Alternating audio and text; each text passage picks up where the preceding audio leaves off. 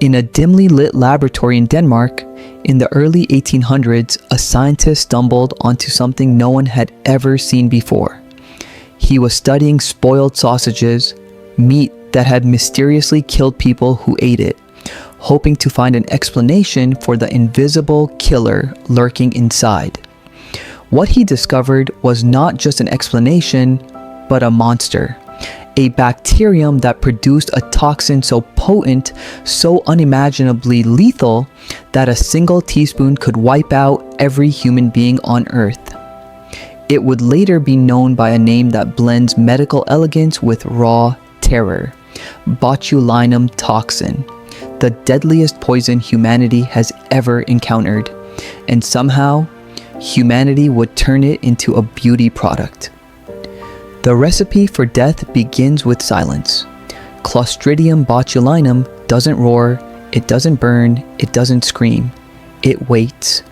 Hidden in soil, in water, in canned food, sealed too tightly for too long, it flourishes where oxygen cannot reach.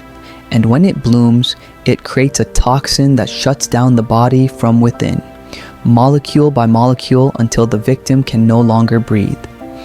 For centuries, outbreaks were blamed on cursed meats or bad air, until scientists realized the truth. This wasn't bad luck. It was chemistry with no margin for error. In the wrong hands, it was a recipe for mass death. During World War II, the United States and Japan both tried to weaponize it. Scientists in secret labs studied how to concentrate the toxin, how to deliver it to soldiers, how to unleash it without leaving a trace. In one Japanese test, prisoners were deliberately exposed.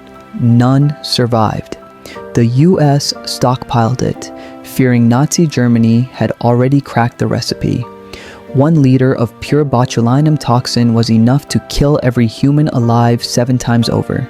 It was invisible, tasteless, odorless. It could be smuggled in a bottle, injected into food, or sprayed across a city. A recipe for terror that governments prayed would never fall into the wrong hands. And then, something no one expected happened. Instead of disappearing into the shadows of warfare, botulinum toxin slipped into hospitals. In tiny doses, carefully diluted by scientists who understood its potential, it became a medical miracle. Doctors discovered it could relax muscles, stop uncontrollable spasms, ease migraines, and even treat children with cerebral palsy.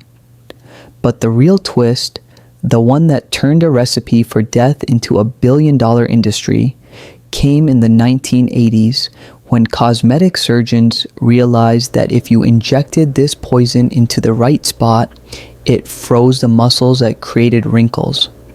In a single stroke, the deadliest substance on earth became Botox, the fountain of youth in a syringe. Imagine the irony. The same chemical that once haunted battlefields, that scientists feared could end civilization, was now being injected into the faces of celebrities, politicians, and millions of ordinary people desperate to erase time from their skin. Every vial of Botox carries a warning label as chilling as any in medicine. May cause breathing problems, swallowing problems, or death.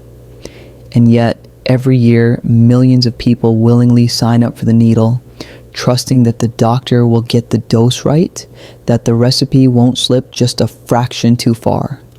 The story of botulinum toxin is a story of contrasts. In hospitals, it's a healer. In labs, it's a weapon. On runways, it's a beauty secret. The same molecule that can stop a heart can also save a life. And beneath it all lies the same truth. We are drawn to power we don't fully understand. The world's most dangerous recipe didn't come from a cookbook. It came from nature itself, perfected in silence, waiting to be discovered. And in our hands, it became both a miracle and a reminder that the line between life and death can be thinner than the prick of a needle.